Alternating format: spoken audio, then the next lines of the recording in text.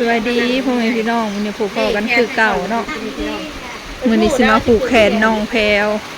สิเดินทางไปแพรวเดินทางไปนครหลวงเวียงจันทร์ฝนตกเนาะมันก็สิแบบมืดๆแม่พ่อกับแม่เพิ่นก็เข้ามา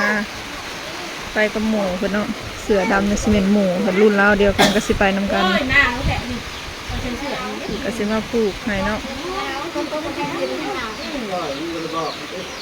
ผูกแขนน้องแพรวไปเวียงจันทร์เนาะไป2-3 คนไม่ต้มไก่บุกแคนเนาะเทียนรู้จำนี่แหละ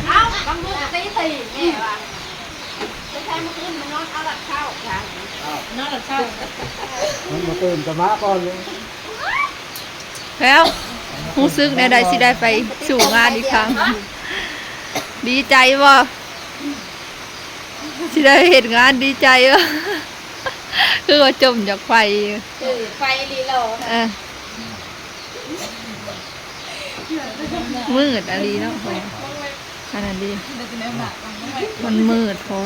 ฝนตกครึ้มฝน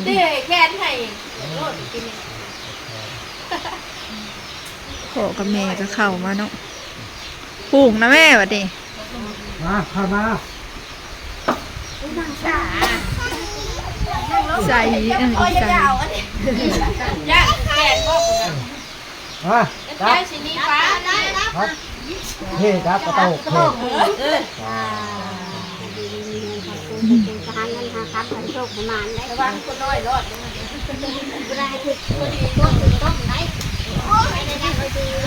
ระวังเขาจับขึ้นรถตู้ด้วยข่าวกำลังมาแหงเขาจับคนกูเงิน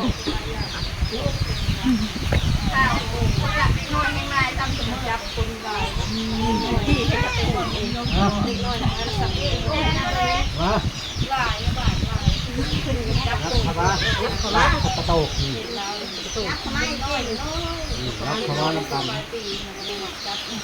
ไปสู่งานอีกแล้วไปเอาไปบนเก่าเนาะ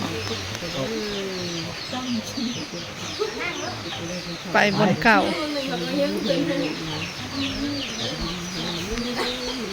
ยืมกันเนี่ย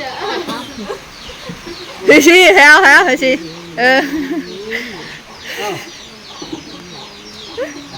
คนเดียวเมียเดียวแล้ววันนี้วะคนได้เมียผัวคนได้เมียเมียอีแพ้แล้วเป็นผัวแพ้ผมสั้นผมแล้วแล้วได้เป็นผัวคนเป็นเมียคนหนุกมาบอกนะโอ้ยมืดเนาะมิวกี้กาโอ้ยจะแบบคนจากผูกเด็กแค้นขาดด้านผูกฝนตกผมไม่ร้องเบิ่งท้องฟ้านี่มืดสลัวคนหยิบหยับอยู่คนพลอยๆหน่อยหนึ่งน้ำหยุดไปหยุดมาคนบ่ได้แห้งแต่ว่าหนาวเนาะป้าไม่ได้เจ็บค่ะคนนู้ป้าฝากคนนูมาได้วันนี้ก็สั่วไก่แล้วเนาะทุกคนหลังจากผูกแขนแล้วก็มาสั่วไก่กินข้าวเนาะมีหมูปลาแล้วก็พัดปลาหมึกเมื่อคืนนี่สั่วไก่มาเด้อพ่อแม่พี่น้องมาแล้วมานั่งกี่แล้วปลาหมึกที่นี่เหอผายตู้ใช้เชือกกลัวผายระวังเขาจับขึ้นรถตู้เด้อ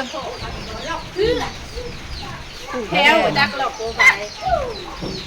จะหลอกนะโปรไฟล์ไปหลอกโปรไฟล์เห็นหน้าดีใจบอกสิได้ไปเวียงบ่ดีใจมีแต่ความสุขความเศร้าเขาไปหลอกเขาไปหลอกโปรไฟล์เขาหลอกโปรไฟล์แล้วกี้มากินข้าวกี้เลยติ่ง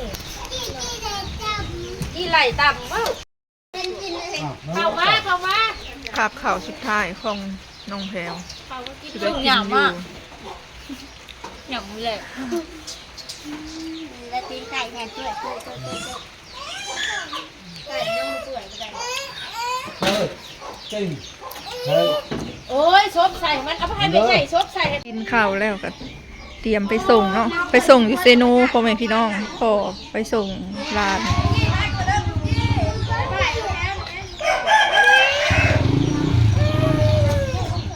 แล้วไปเห็นงานเลย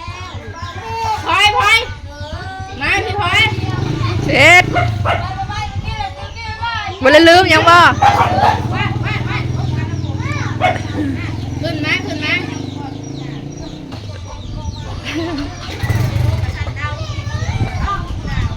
โอ้หนาวเลยบายบายกี่บาย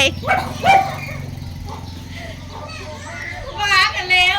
หลังจากที่พ่อขึ้นไปส่งน้องแพรวมาเนาะทุกคนพ่อก็สิมาเก็บมักพริกขี้หนูไปปั่นเฮ็ดน้ำจิ้มซีฟู้ดกินกับลวกปลาหมึกหน่อยหนึ่งเนาะซื้อมาแต่ลายมืออะไรปลาหมึกแต่ว่ายังมีเวลาเฮ็ดกินเนาะมื้อนี้ฮักสิมาเก็บมักพริกขี้หนูไปเฮ็ดน้ำจิ้มซีฟู้ดกินเมี่ยงกับผักเนาะทุกคนนี่หน่วยเหลืองมันบ่ค่อยมีเนาะมีแต่หน่วยเขียวเพราะว่าเก็บไปกินนำไปเฮ็ดน้ำจิ้มซีฟู้ดกินกับปลาหมึกเพิ่นไปเฮ็ดงานแล้วพ่อแม่พี่น้องวันนี้บ่ได้เฮ็ดหน้าเพิ่นแล้วบัดนี้เนาะเดี๋ยวขอโตเก็บมักพริกก่อนเนาะถ้าเบิ่งทางส้มตอนต่อไปพ่อแม่พี่น้องก็มาล้างผักเตรียมไว้เนาะทุกคนข้าวปุ้นน้อยหนึงแล้วก็ผักเสริมผักสลัดกรอบเนาะมาเบิ่งลวกปลาหมึกเ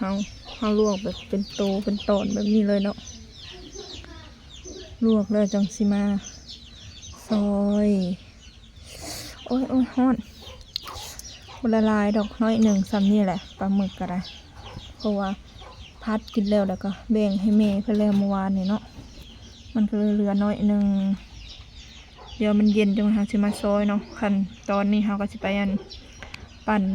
น้ำจิ้มเราก่อนนี่น้ำจิ้มของเราก็เลยเป็นที่เรียบร้อยเนาะพ่อแม่พี่น้องเป็นหมักพริกขี้หนูดิบเนาะมันก็เลยออกเขียวๆแบบนี้แหละอันนี้ก็เป็นปลาหมึกของเฮาจิ้มกับน้ำจิ้มผักสิได้แต่บ่มีผักหอมป้อมเนาะผักหอมป้อมหน่อยเดียวใส่ในน้ำจิ้มหมดเลยกระปุ้นหน่อยหนึ่งพ่อแม่พี่น้องนี่ตอนนี้ก็เป็นเวลาบ่ายโมงเลยมาเด้อพ่อแม่พี่น้องมากินนำกันเนาะเดี๋ยวสิกินก่อนสุกเอื่อยเดี๋ยวสิแบ่งไว้ให้เพิ่นน้ำลังเนาะพ่อแม่พี่น้องพ่อแม่พี่น้องได้เวลากินนำกันอันนี้เป็นเหนียนดอกติ้วเนาะเหนียนมือเศร้านี่เลยพ่อแม่พี่น้องแม่เพิ่นเก็บมาให้แต่นาแล้วก็เพิ่นลวกให้มาแล้วเรียบร้อยเนาะเก็บแล้วก็ลวกมาแล้วเรียบร้อยแล้วก็มาเหนียนมือเศร้านี่ใส่ผักหัวหอมเนาะทุกคน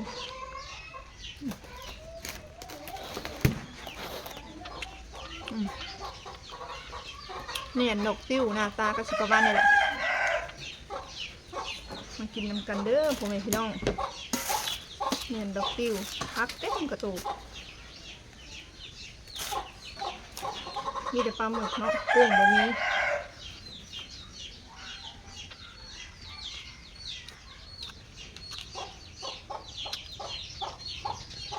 พอกินอยู่ได้เหนียนดอกติ้ว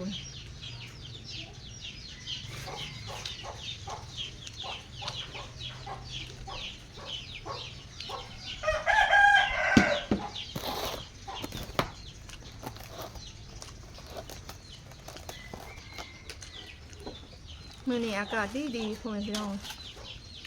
เมื่อวานนี่หนาวมื้อนี้หนาวอยู่แต่ก็บ่ซ้ำเมื่อวานนี่เนาะเป็นแบบครึมๆคือฝนสิตกผักเสริมผู้ดูงาม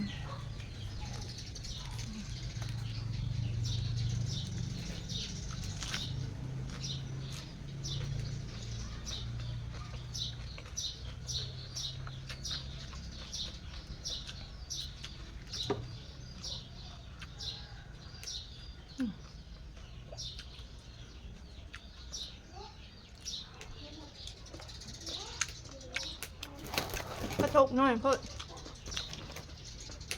พักอย่างเดียวก็เต็มเลย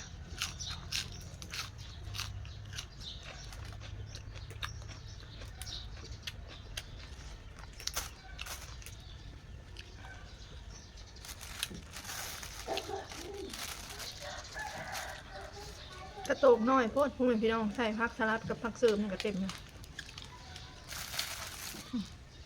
น้ำจิ้ม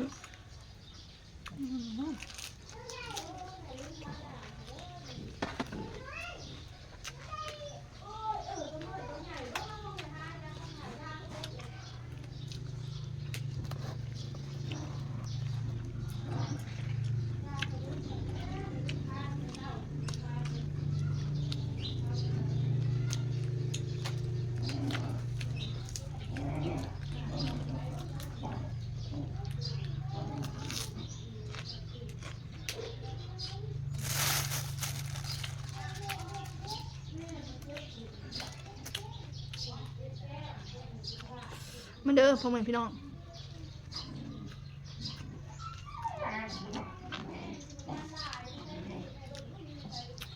มื้อนี้พออยู่เมื่อวานนี่หนาวแล้ว